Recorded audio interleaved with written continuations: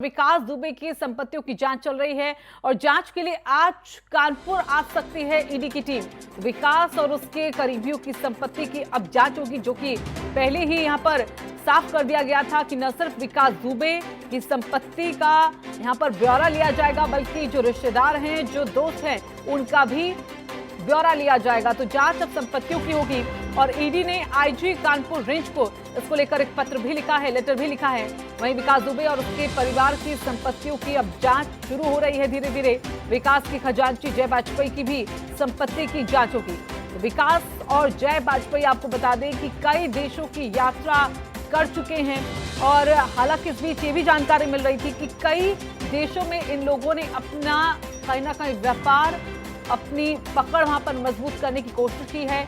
वहां पर भी इनका काम धंधा चल रहा है। तो ऐसे में न सिर्फ विकास दुबे बल्कि जय वाजपेयी और साथ ही जो भी रिश्तेदार हैं विकास दुबे के, जो भी उसके साथी हैं, उन सभी की संपत्तियों की जांच होगी। और नीरज हमारे साथ, हमारे सहयोगी जुड़े हुए हैं। तो नीरज, एसआईटी की टीम वहां पर पहुंची कल और जांच पड़ताल की गई। हर एक दिन यहां पर जांच की जाएगी इस पूरे मामले को लेकर, लेकिन अब ईडी की टीम भी जल्द से जल्द कानपुर पहुंचने वाली है। जी बिल्कुल ऋतु, जैसा ही एक बिकरू कांड सामने आया था उसके बाद लगातार जब चीज़ों की परतें खोली गई तो चीज़ें सामने आती चली गई और एक बड़ी चीज़ें सामने आई कि विकास दुबे जो है अकूत संपत्ति का मालिक है। साथ में जय वाजपेयी जो उसका खजांची बताया जाता है, वो किस तरीके से उसकी काली कमाई को सफ़ेद करता था। ये तमाम चीज़ों के साथ ही तमाम इनकी ज़मीनें, फैक्ट्री और मकान, फ्लैट, इन सभी चीज़ों की जानकारी मिली, ना सिर्फ कानपुर में, कानपुर के बाहर, इसके अलावा विदेशों में भी।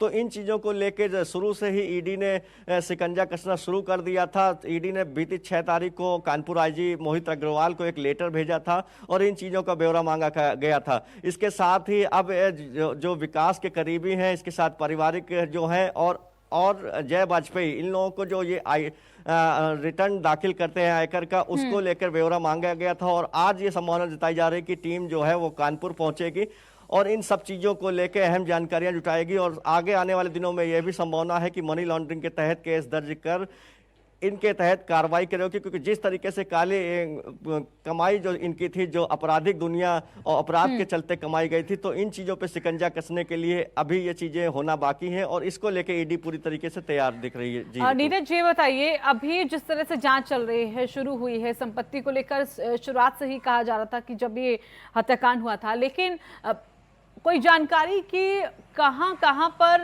विकास दुबे की जमीन है, कहां पर इसकी संपत्ति है? क्योंकि दूसरे देशों को लेकर भी जानकारी कि वहां पर भी इन्होंने अपना व्यापार फैलाया था।